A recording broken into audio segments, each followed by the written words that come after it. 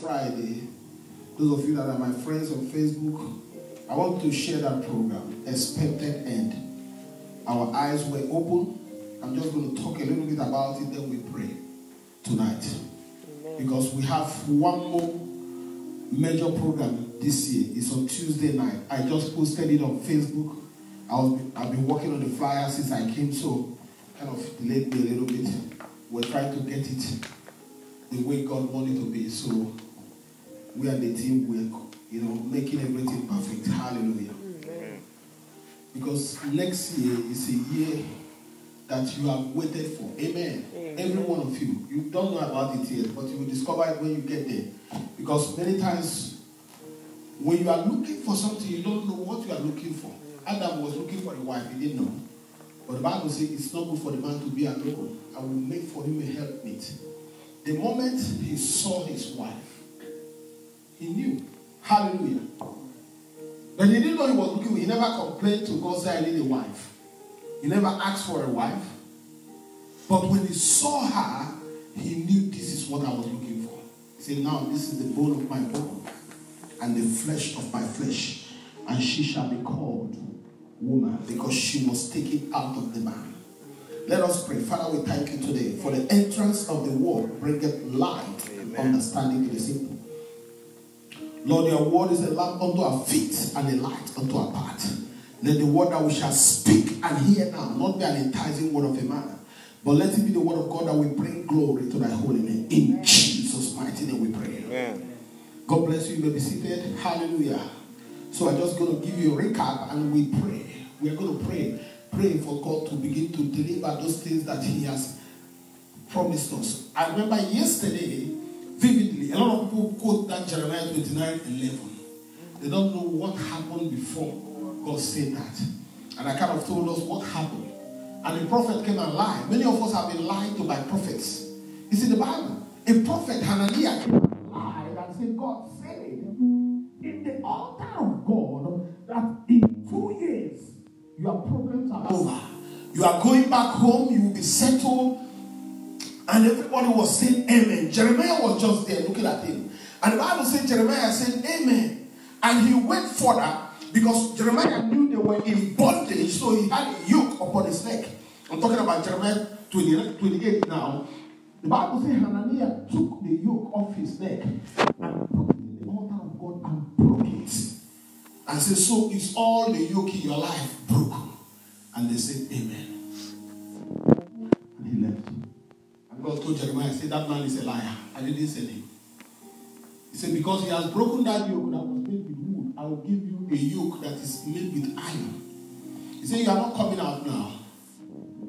You're going to take 70 years. I have a plan. That is when the word, I know the thought I have towards you, thought of good and not of evil, to give you an expected end.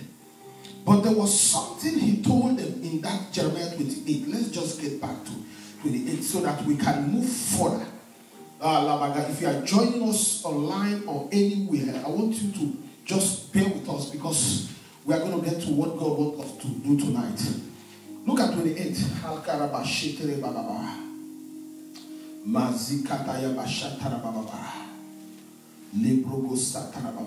at verse.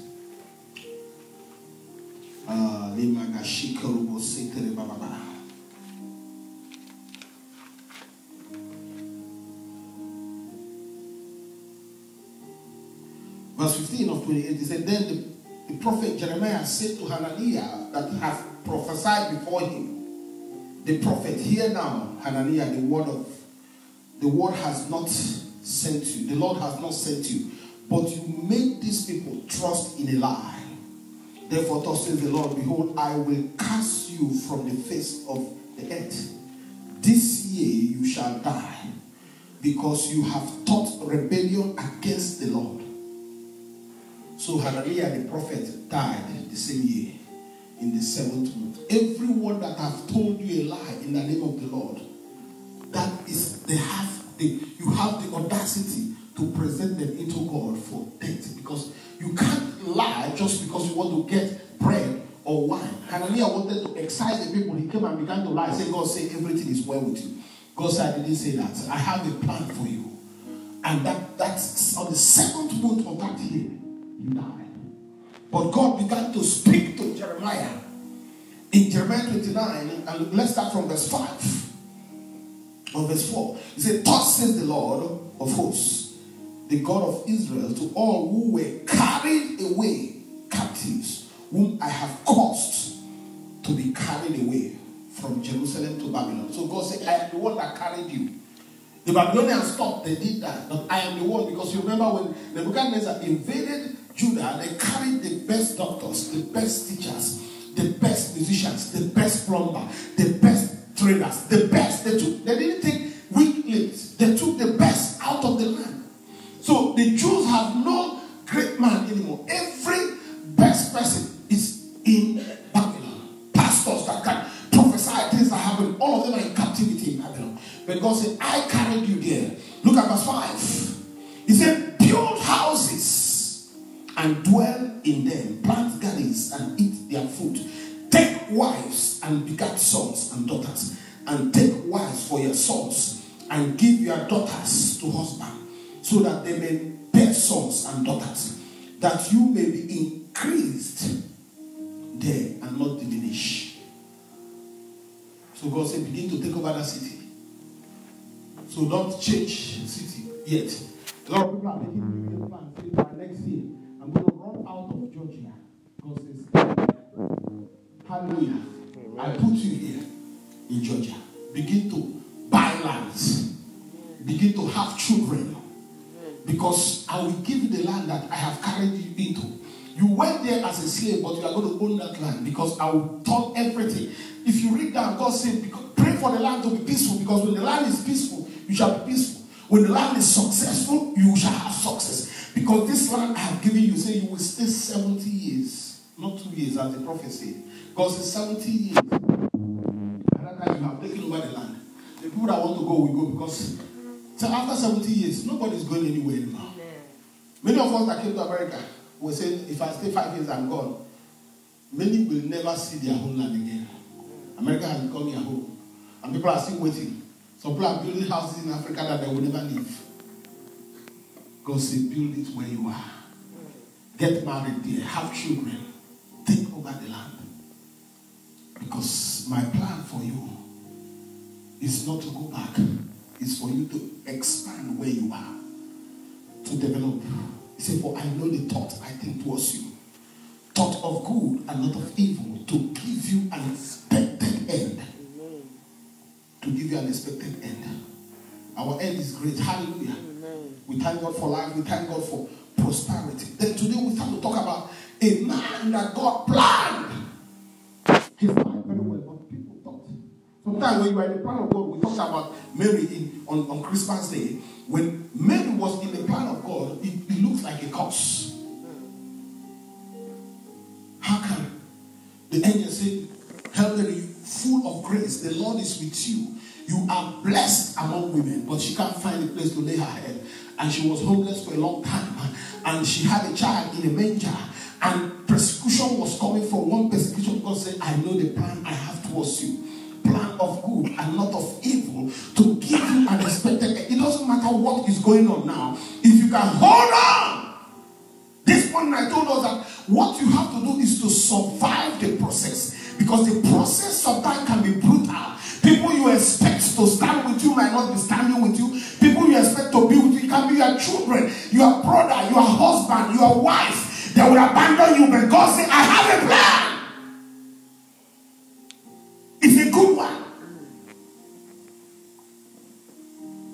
And not of evil. To give you an expected end. So Joseph was born in a family of already 10 boys. If you are coming from such family, I was born in a big family, even though I'm among the first. But it's always a fight.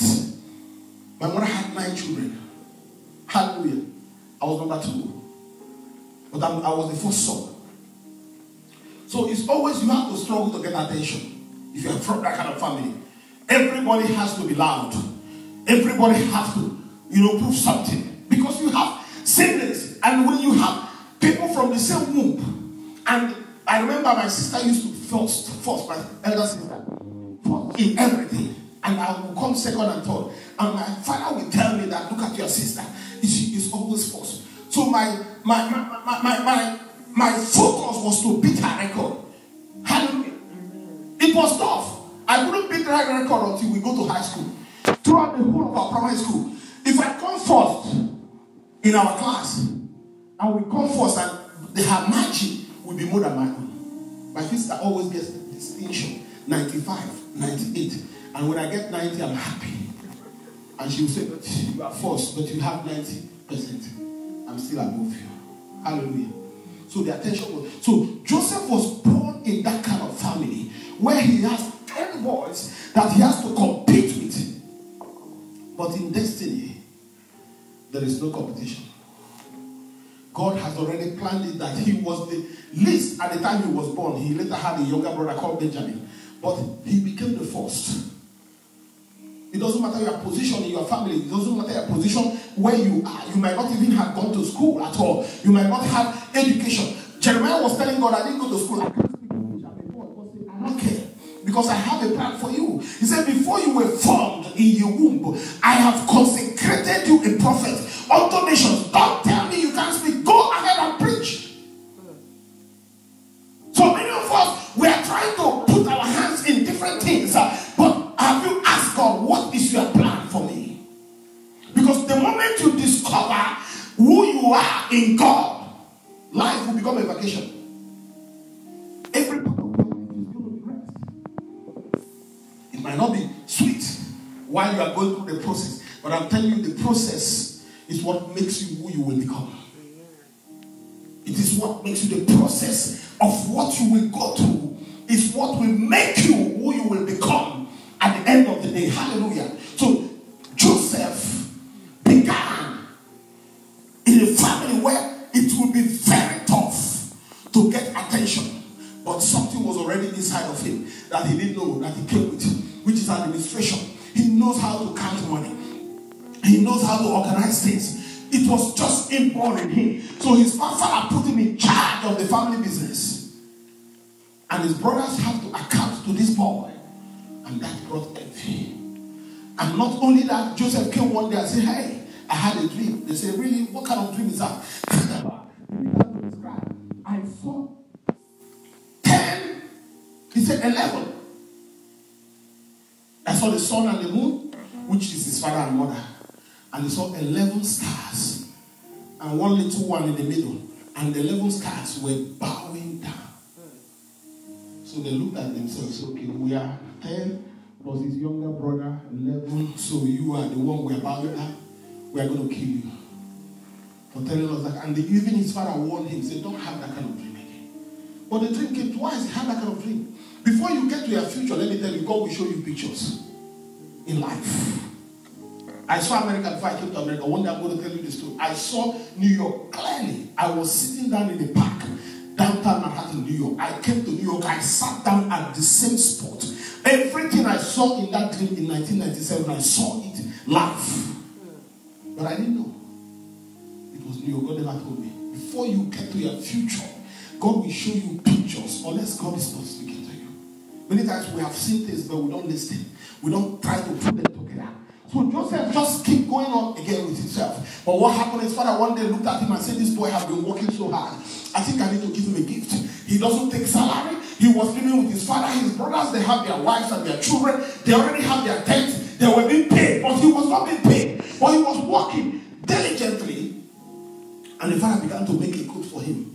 A jacket, what we call a jacket now, a suit, whatever it's called. The Bible calls it a tunic or a coat of many colors. And the father picked expensive materials and put them together and made something for this boy and presented it to him as a gift. And his brother saw him, it became the worst nightmare for him. The first thing, he had a dream, now he had a coat. So many times people are attacking you not because of who you are, but because of your dream and your coat. Hallelujah. So anytime he puts on that coat, they say, wow, that boy, we must kill him. They were looking for a loophole. They were looking, the devil has tried everything to kill. Let me tell you, as long as you are in the path of God, you will never die. You might go through something that look like death. David said in Psalm 23, even though I walk through the valley of the shadow of death, I fear no evil. For thou art with me, thy rod, thy staff, thou protected me. So going through death is not even a problem. God said you shall walk through the waters, it shall not overflow you. You shall walk through fire, it will not be kindled against you, because I am with you. So going through death is guaranteed that you will go through death, but you won't die. I want you to say to yourself, I will not die. I will not die. I say, say it as if you mean it. I will not die. Hallelujah. I will live to declare the works of the Lord in the land of the living. Amen. So the Bible says in Genesis 37, one day his father said, go to the field and see what your brothers are doing. And he went, as he was coming, they looked at him and said, here comes the dreamer. Today is his day, he's going to die.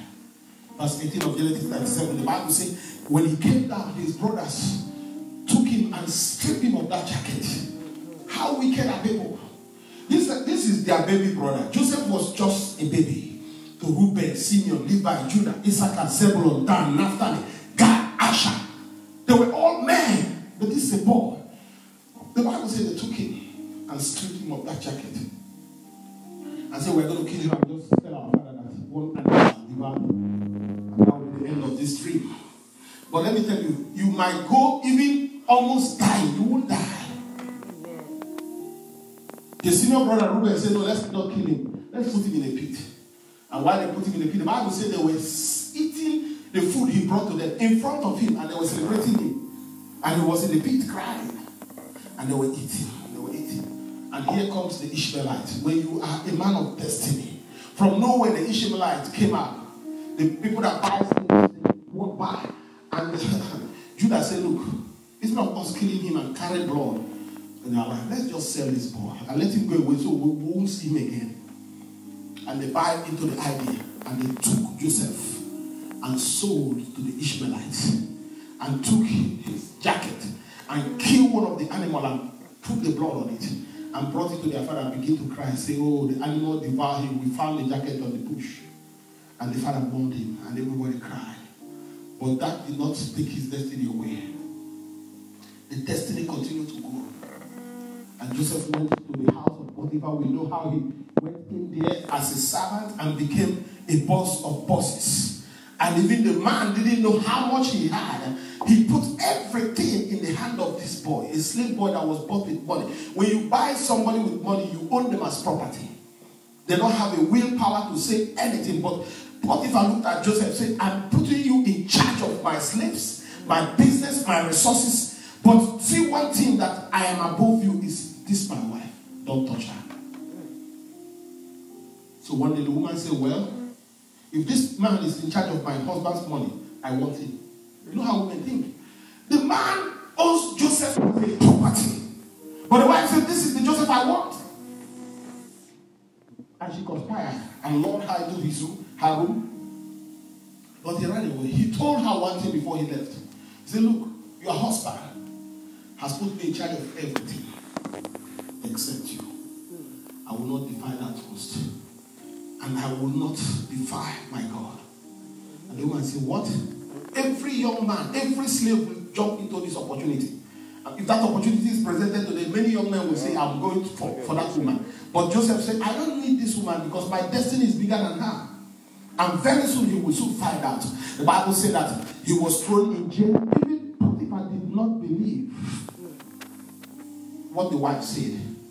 Because he was just going along with the wife. You have to obey your wife and respect her word. But he knew in depth that this boy, because he was saying that since this boy came to my house, everything about my business has changed. My business has increased. My resources have increased. Everything has changed.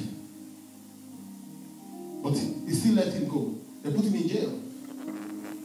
But Joseph didn't know that the dream he had as a 15-year-old boy that is going to materialize at the age of 30, because it took 15 years for him to go from the pit to Potiphar's house to the palace. 15 years went by. He had that dream when he was 15. He didn't know that he was walking in the path of the dream. And one thing I want you to tell you, when you go through the process, don't wear a strong face. Joseph was still smiling, even as a slave in the house of Potiphar. He didn't say my father was a wealthy man and here I am serving. He was doing his job as with joy. And when he was put in prison, the Bible says he worked his way up. He became the leader of the prisoners. So leadership and administration was in his life. He was born to lead. And one day, two men that worked in the palace, the butler and the baker, they came and they had dreams. Both of them, they were just not. And both of them were the friends of Joseph in the prison. And Joseph looked at them and said, what is the problem? Why is your face like this? He said, I have this terrible dream. I don't know what it means. And the baker came and explained his story. And Joseph looked at him and said, look, they will kill you. You will not make it. And he cried. And the butler came and told his own story. And Joseph looked at him and said, yes, you will be restored. You did not do what they accused you of. But please, when you are restored, don't forget me. He put his trust on man. But what happened? The butler was restored back to the palace. He forgot about Joseph. Joseph was not remembered, but God knew his own plan. He planned something. I want you to understand that you are a workman in the hand of God. If you can hold on a while, your dream and your visions are coming to pass. Amen. Don't give up on your dream. Your miracle is on the way. Because your end is guaranteed. The Bible says, and I will give you an expected end. So the king now couldn't sleep and had a dream and woke up and called all the witches and wizards and brought all the stargazers, people that has knowledge of the supernatural world. He said, I don't know, I had a dream, but I don't know the dream. Somebody should tell me the dream I had and tell me the meaning. That was a tough one. If he was able to remember the dream, it would have been easy to interpret it. But now he said, tell me my dream. I had the dream, but I can't remember what it is. But the dream is a terrible one. I want somebody to tell me the dream and tell me the meaning. And all the wise men of Egypt, with their wisdom, they came, they couldn't do that. And they hired people, they brought everybody. And when they have exhausted their option, the young man, the butler, looked at the king and said, I saw this slave in prison. His name is Joseph. He told me that you will release me. And that same day I came out. He told the baker that he would be killed. And he was killed. And the king gave order, said, go get him now, immediately. Quick. And the secret service, everybody would prepare. As they were going to prison to get Joseph, Joseph heard that the king wanted to see him. He has not known why the king is looking for him. But he's beginning to make demand. Let me tell you, when you have a blank check, fill it to the max. They say the king wants you. It could have been to kill him or whatever. But they say, wait, I need to shave. And the Bible says they waited for him. After he has shaved, he said, I need a suit. And they said, what? The president, he said, I cannot appear in the prison uniform in front of the king. So go get me a good jacket. Maybe probably Versace or Louis Vuitton. Something that looked like somebody that can advise the king. And they would talk to their bosses and say what they say. Get him a jacket. And they dressed him up and rode him. He knew he's not coming back to prison. When you're a man of destiny, you don't miss opportunity. When opportunity comes your way, you take it. You grab it and hold on to it. The Bible said Joseph, they drove him into the palace. By the time he showed up in front of the king, he was just looking like an advisor to the king. The king will be looking at him. Are you sure this man is coming from the prison? There was no hairs everywhere, unshaved, unkept. He was well tailor-made. He was looking very fresh. Probably they gave him some fragrance to put upon, some perfume to look expensive. And I would say he stood and the king said, I heard about you. Now tell me my dream. He said, okay, king, let me tell you something. You had a dream. You saw 7 fat cows and you saw 7 lean cows. And the 7 lean cows ate up the 7 fat cows and they are still lean. He said, yes, that's my dream. And he told him the second one of the call. And the king said, how do you know about it? He said, my God told me that. And the king said, what are we going to do? And what is this? He said, the 7 years of abundance, it starts now. After 7 years, there will be famine. for 7 years. No nation, including America, will survive 7 years of famine. No nation on earth. That is going to be a total wipeout. When there's no rain, no food, nothing is happening. I don't care what you store up. People eat. When you want to know if about scarcity, the day you don't have food in your house, maybe you open up, there's no bread, look at the cheese is gone. That day is like you want to die. The hunger will increase. Everything looks like you have never eaten before. But if you have enough food, most times you don't eat. And the king said, well, what shall we do? And Joseph began to tell him. Because all these years he was serving in his father's house, doing administration, knowing how to pay this person and not pay the other person, receive money from him. He was learning administration. He went back to the house of Potiphar, the same thing. God was training him. Many of you are being trained in your pain, and you think that you are being misused. People are abusing you, they are paying you, they are not paying you what you want, people don't respect you, you do everything. Let me tell you, all those things is going to count at the end. Because the knowledge that you have now, the skills that you are having now, the things that you are doing is what God will use at the end to bless you. Everything Joseph has done all his life began to kick in. He said, King, we're going to set up storage in every tribe. Every tribe have the kind of food that they produce. They should not bring it here, but they should keep it in their area and stock it. And they began to set up. He said a lot of things. He said, you have to appoint somebody to be in charge of it. Maybe one of your governors. And Pharaoh looked at everybody there and said, who shall I give this position if not you? And a position of deputy or vice president or prime minister was created. It has never existed. When God remember you, what has never existed will begin to happen. Amen. That position has never happened on earth. You don't have a second king. You have a king and that's it. But the king looked at him and said, we have to put another seat next to me. And he removed his own ring and put it upon Joseph. He said, let me tell you something. From today, no man in the kingdom of Egypt, not just in the Pharaoh's town of Egypt, the whole world, because Egypt was controlling the world. He said, nobody will raise their leg unless you say so. He said, the only thing that I'm above you in this world is this throne. Everybody, both the governors, everybody bowed down, including his master, former master, Governor Potiphar, was there. Advisors were there. They began to bow. And Joseph sat on that throne. And that's how he became. The end is what justifies the means. The plan of God, sometimes it looks very rugged. I told you about maybe when we're praying in Christmas. You know, when many of us, if they tell you to go through what Mary went through, you say, please keep Jesus. I don't want Jesus. Hallelujah. Amen. But at the end, she was celebrated. She was celebrated. And when we get back to heaven, we shall still see her there being celebrated. I'm telling you, you just have to hold out and survive the process. Because if you can survive the process, the end is guaranteed. The end is not what you make of it, it's what God has made it to be. Let us pray. Can we stand on our feet?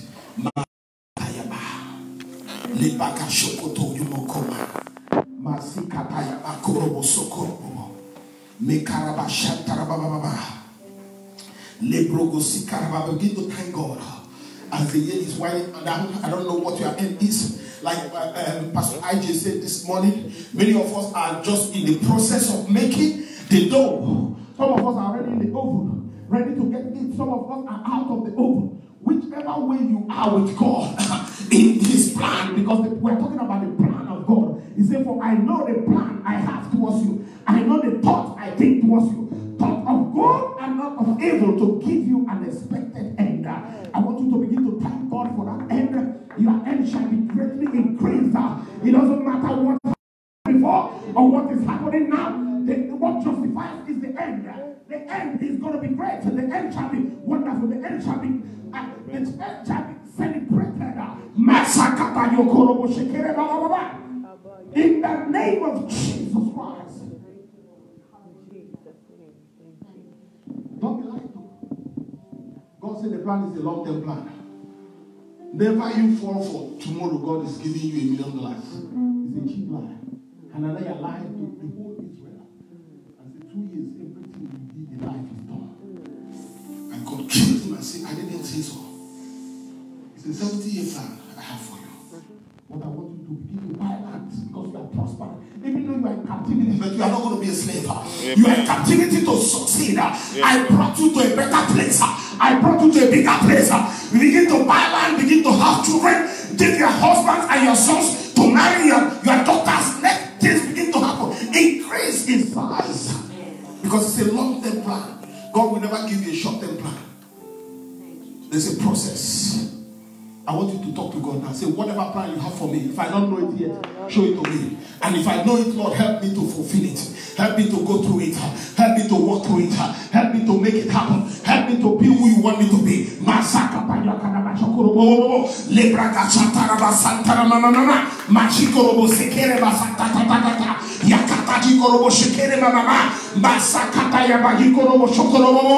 Lebraga Santana Mama, Masikorobo Shekendere Baba, Lekere Basitro Baba, La Caraba Shatara Baba, Mibraga Sitro, Macaraba Shotro, Leprogo Sekere Bashakantara Baba, in the name of Jesus Christ. Hallelujah. Thank you. Be amazing, Lord, in life in the name of Jesus. And nothing that will help you to get to the end that you have in the process. Some people are very angry with the process. They fight everybody that come around them. They nag at everything. Oh, Kabashikana Masakara Baba. The Bible says Joseph was serving. In his father's house, he was married. They sold him into slavery. He would have been crying, saying, I'm the least in my father's house, and I'm here serving in the foreign country. But he put up a nice face. He was still the good boy. He was still a nice person. In the process, my attitude, tell God to deal with your character. Let God begin to mold you to be that woman, that man, that person that will not change because things have changed. Even if things change, I will not change because I am who God has made me to be. I will still have a good face. I will still have a good smile. I will still talk nice. I will still relate with people good. In the name of Jesus, I won't change my personality. I won't change my person. Because I'm in the process, God is about to take me to somewhere. As I'm going through the process, I will keep my character. As I'm going through the process, I will keep my integrity. As I'm going through the process, I will not cut corners.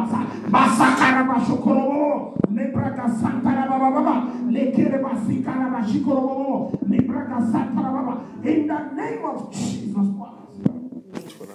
You know, integrity is what you have as a person. What is left in you is your integrity. Some people want to cut corners everywhere. Don't join them. The wife of Potiphar could have been a shortcut for Joseph. At least having an affair with the governor's wife will give him some temporary relief. But when they find out, probably his head will be off because Egypt was a Muslim country. They'll cut him off. Whatever they are worshiping there, they will use him to make pepper soup. But he didn't take it. Many of us want to cut corners. Somebody will just tell us, why not just do this and that and you get there? And it looks nice. Sometimes you do it and you are making money. You are smiling. People are serving me 5 years. I know people I met in this town. Oh, you're Sakaraba. Some Africans in those days, when you get to Buckhead in that restaurant called Taban, they'll pack Rolls Royce, pack Bentley. They'll be eating and drinking. These guys were living in an apartment, $5,000 in Buckhead. These I'm talking about around 2007, 2006. Where are they now? Many of them in jail, 25 years, 30 years, young men. By the time they leave out of jail, their family will not even remember them again. They'll be old. They cut corners. See people do freaking careful. Don't join them to cut corner. Because before you know it, the FBI will be knocking on your door. Go through the process. It might look, people might be telling you, everybody in America is building a house, you have not built a house. Don't worry, hold on. You are going to have the best house. God said, I have a plan. And it's a good one. So I know the plan I have towards you. A plan of good and not of evil to give you a good end. An end. Say, God, I will not cut corners. Pastors are going to different places to be able to say, oh, I look at you. Your father died here. His head was turned around. What does that mean? You ate rice in the morning. You are about to eat beans in the evening. Is that, does that have anything to do with your salvation? Cutting corners. Joseph would have cut corners. He said, no, I'm not cutting corners. I'd rather go to jail than to be with you.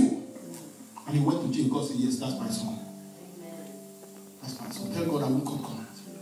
I won't cut corners. Job would have cut corners. The wife said, come on, curse this God and die. The wife looked at Job and said, what are you doing? Job, are you a foolish man? Are you crazy or what? What is wrong with you? Curse God and die. Job said, no, they don't enslave me, but yet will I not. Even though God is doing this to me, I won't curse him. I'm going to go through the process. If you read down to Job 42, the last part of Job, the Bible says, Job was restored. He lived another 100 years. He had more children, more resources. He had times 3 of what he had before. When we were saying Job was a successful man, after he went through the process, he became 3 times successful than what he was before. Come on, why will you cut corners? His friends came say, abandon God. The wife said, abandon God. He said, no, though he slay me, yet will I not. Jesus. I'm going to hold on to this man as long as he takes. Even though if he decides to kill me, I don't mind dying the Son of God than to be in the tent of the wicked. David said, I'd rather be a doorkeeper, a security in the house of God, than to dwell among the wicked. I would cut corners. Father, I will not cut corners. 2020 is enticing, it's promising, it's going to be greater, but I will cut corners. People will call you and pressure you, say, do it this way, you get there. Don't do that. Don't do that. Hold on and go through the process, because God will take you there in the name of Jesus Christ.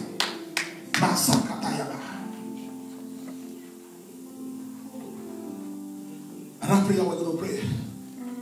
You have to raise a standard. That you are in a foreign land, or that you are in slavery, does not change who you are. Joseph still remember, I'm a son of a wealthy man. I'm a son of a king. His standard did not go down. He didn't, because he has gone to jail, begin to think like a felon. You might have had 5 or 3 points in your record. It doesn't change who God has made you to be. Let me tell you something. If you take a $100 bill and put it in the trash, and somebody picks it up from the dumpster, if they go to spend it in Walmart or somewhere, what will they get? $100. The value will not change. If an armed robber kills somebody and steals their money, and the money is full of blood, and it's a $100 bill, will that money say, because I'm coming from blood, I will change it? The value is $100. If a $100 goes through a brothel and prostitutes use it and buy drinks and narcotics and drugs and all that, it comes out, it's still worth $100. Even if it has turned and the inscriptions are not written well, when you go, the highest the bank will retrieve it and take it to Federal Reserve Bank and they'll destroy it, but you get the value of $100. Don't bring down your value. You have integrity. Don't sell yourself cheap.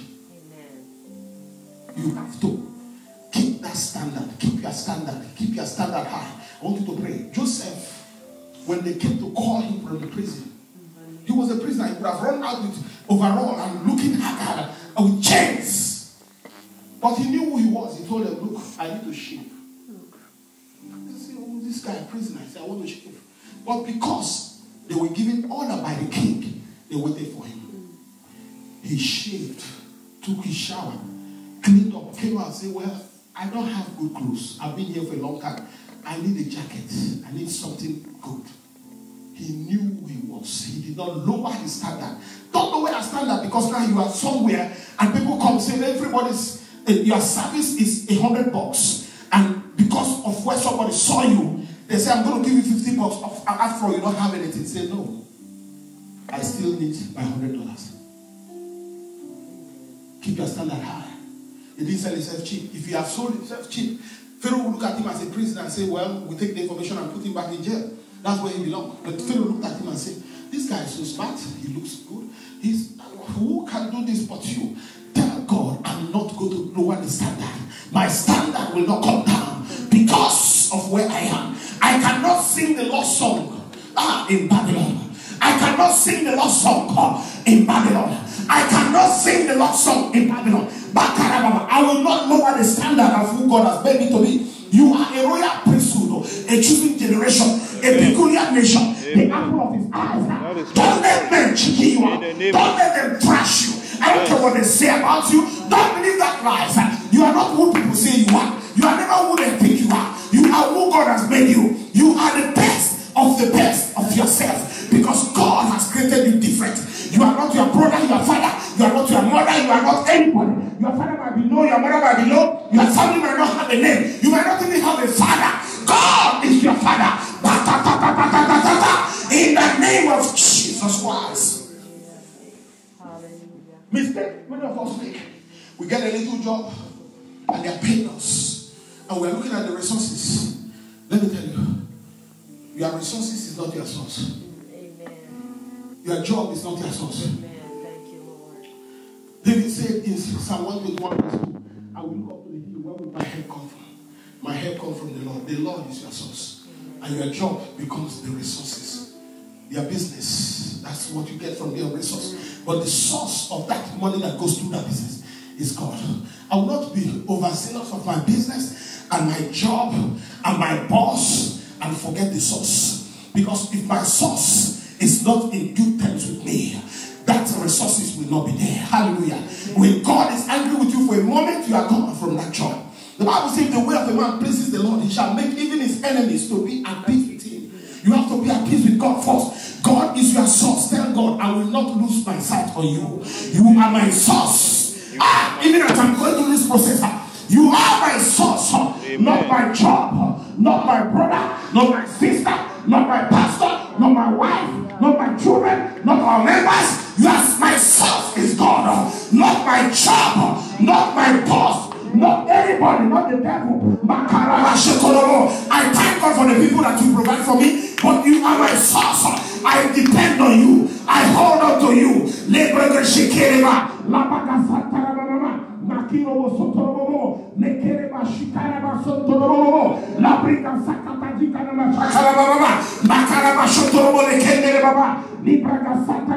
In the name of Jesus Christ. Hallelujah. Thank you. Oh yes, Lord.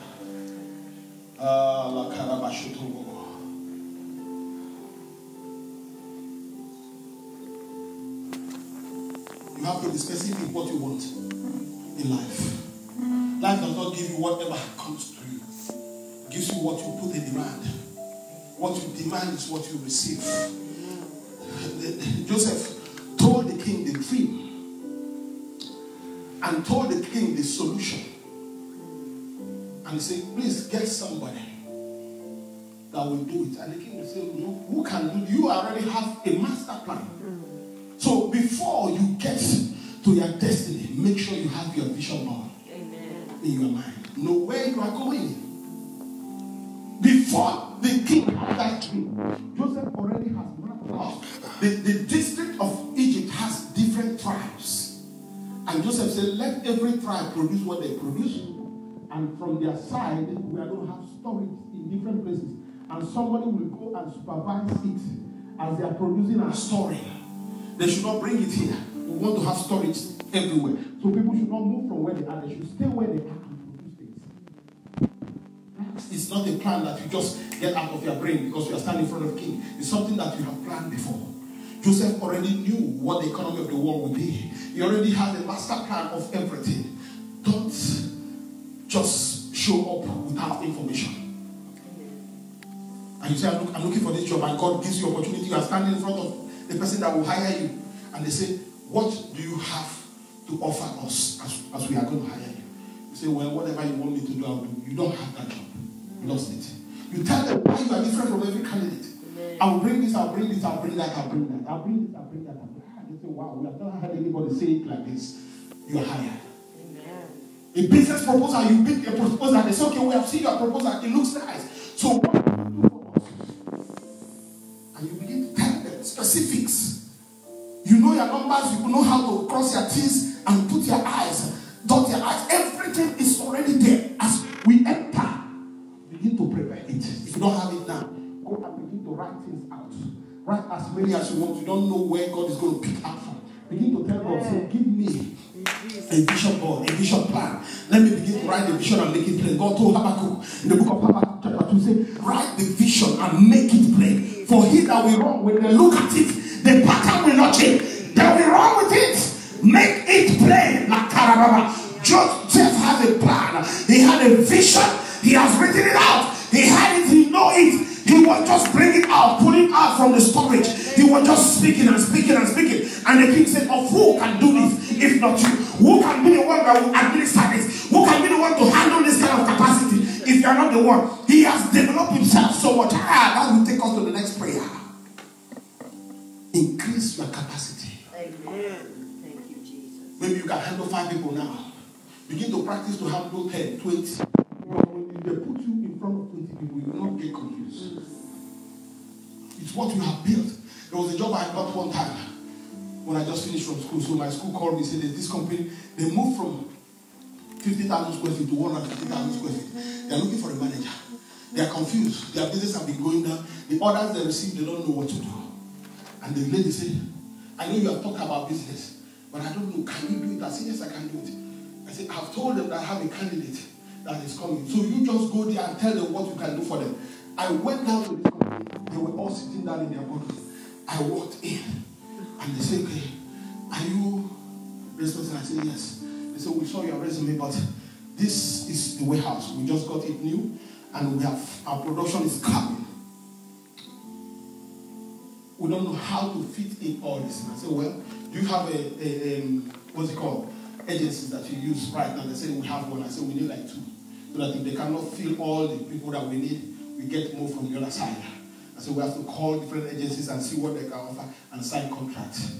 I said, now we have to create eyes. They say the government have not approved it. The fire service has not given them the opportunity to build eyes. They have to come and look at the place and tell them what to do. So I told we have to create a temporary one. While as the goods are coming from all over the world, from China, from Colombia, from different places, we're dealing with clothes.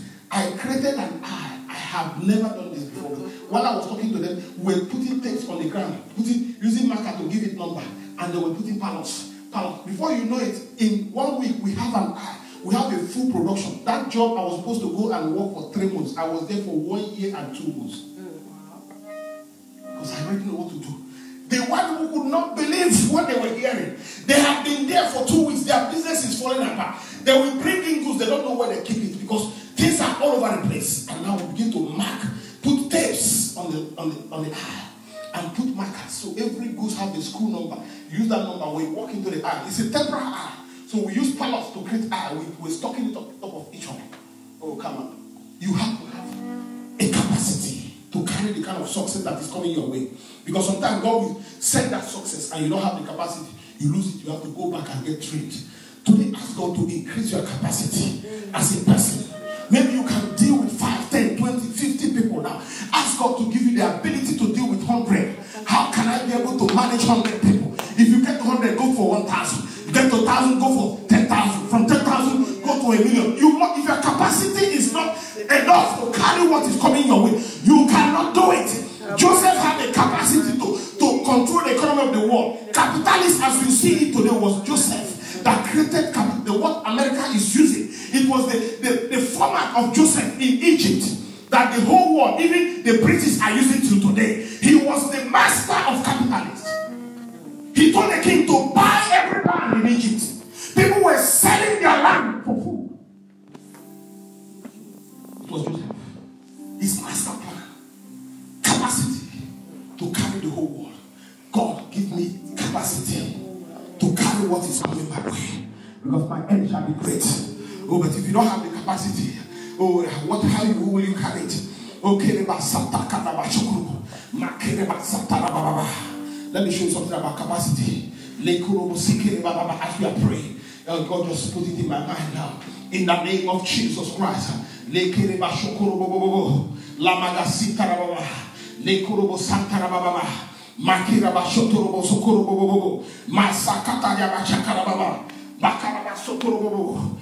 the name of Jesus Christ. 2 Kings chapter 3. Bible says 3 kings came. They were going to war. And on their way, their water finished. Their donkeys and cattle were dying. They didn't have water to feed them.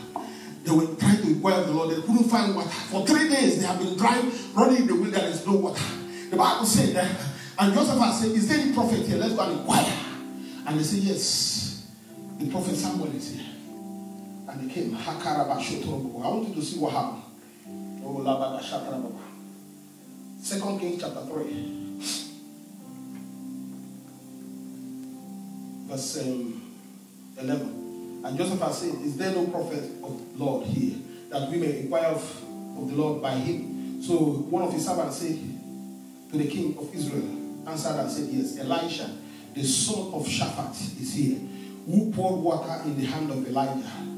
And Joseph said, the word of the Lord is with him. So the king of Israel and Joseph and the king of Edom, 3 kings, went down to him. Then Elisha said to the king of Israel, what have I to do with you? Go to the prophets of your father. This is now the son of Jezebel. So he didn't want to talk to him, but he looked at the king of Judah.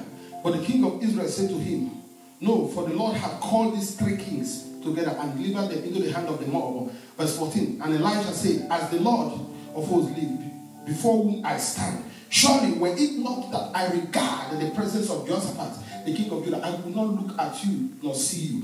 Behold, now bring me the musicians.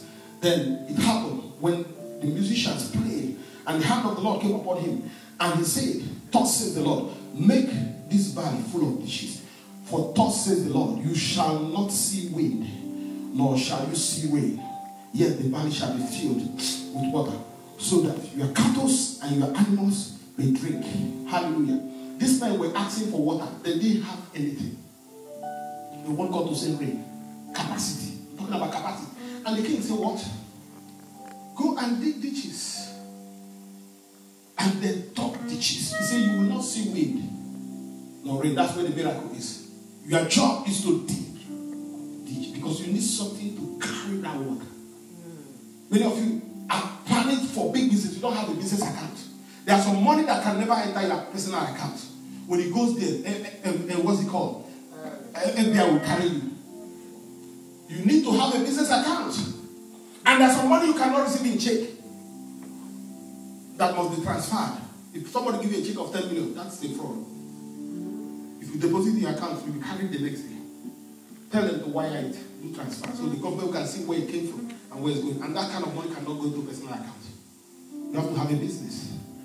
So, while depending on what you have in your mind, what you want to do, your capacity must be able to carry it. So don't be saying, God bless me, and you don't have any capacity. And God say, where can I bless? If I send the blessing, where will it go? You need capacity that can carry what is coming your way. And the king was saying, we need water. God said, I can't just send rain. Because you have water bottles. You can't get water from that. You need to dig ditch. So that when the water comes, it will settle somewhere. Tell God, increase my capacity. Amen.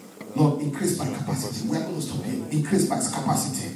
Lord, increase my capacity. This year, as we are getting into the next year, let my capacity begin to enlarge. Oh, the Bible says, Jabez prayed and said, enlarge my coast. That is capacity enlargement. That I can be able to do more than what I do now. But give me the ability to be able to sustain it. Because some people, when they become successful, they die. Because they can't carry what is coming their way. Their mind cannot carry it. They will begin to live extravagant life. They will begin to act foolishly. And they begin to get into trouble. Let your capacity increase now. In the name of Jesus Christ. Thank you, Holy Ghost, for we know that you have done it. Begin to appreciate him. Thank him for tonight. Oh, we worship you, Lord. We exalt you, magnify you. We give you all the glory and adoration. We give you all the exaltation. Have your way, O Lord. In Jesus' mighty name we pray. Amen. God bless you. Hallelujah. Let's give our offering.